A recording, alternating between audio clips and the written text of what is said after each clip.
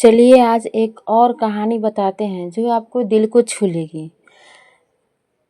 कभी कभी ना किस्मत हमें उस इंसान से मिलाती है जिससे हम पूरी जिंदगी भर का रिश्ता बनाना चाहते हैं, लेकिन फिर वही किस्मत उसे हमसे छीन भी लेती है। ये कहानी है आरव और कव्या की। आरव एक सीधा साधा लड़का छोटे शहर से था, अपने सपनों में खोया हुआ, और कव्या शहर की लड़की, खुले विचारों वाली लेकिन दिल की उतनी ही मासूम। दोनों की मुलाकात कॉलेज में हुई। पहली बार आरव ने कव्या को लाइब्रेरी में देखा था। किताबों में डूबी हल्की सी मुस्कान ली। आरव की नज़र बस उसी पर अटक गई। धीरे धीरे दोस्ती हुई। फिर वही दोस्ती एक ऐसी मोहब्बत में बदल गई जहाँ सिर्फ प्यार था पर नाम नहीं था उस रिश्ते का। आरव ने कभी कहा नहीं, पर उसकी आंखें सब बयां कर देती थी। एक दिन कव्या ने कहा, आरव, अगर मैं कभी चली गई तो मुझे भूल तो नहीं जाओगे? आरव ने मुस्कुराया और बोला, मैं तुम्हें भुला दूं, ये हो नहीं सकता। मेरी हर सांस में तुम हो। लेकिन उस दिन दोनों को नहीं पता कि ये सवाल मजाक नहीं, आने वाला वक्त का इशारा था। कॉलेज खत्म होने वाला था। कव्या को अपने शहर लौटना था, लेकिन जाने से पहले वो आरव से मिलना चाहती थी। वो आखिरी मुलाकात।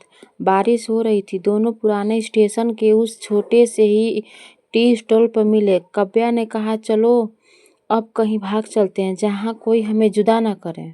आरव ने उसकी आंखों में देखा, पर फिर कहा, काव्या, मैं तेरे साथ जिंदगी बिताना चाहता हूँ, पर भागकर नहीं, दुनिया के सामने। काव्या ने बस हल्का सा मुस्कुरा के कहा, तू बहुत अच्छा है आरव, शायद इसलिए तुझसे दूर जाना ही ठीक होगा। उस दिन काव्या चली गई और फिर कभी वापस नहीं आई। आरव ने हर जगह उसे ढूंढा, कॉल किया, मैसेज किया, लेकिन सब बेकार।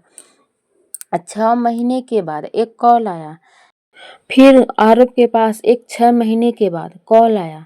इस कॉल ने तो आरव की दुनिया ही बदल डाली, और इस कॉल से आरव की दुनिया वहीं रुक गई।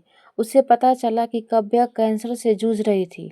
उसने जानबूझकर आरव को दूर कर दिया ताकि उसका दिल न टूटे, लेकिन हकीकत ये थी, दोनों का दिल एक साथ टूट गया था।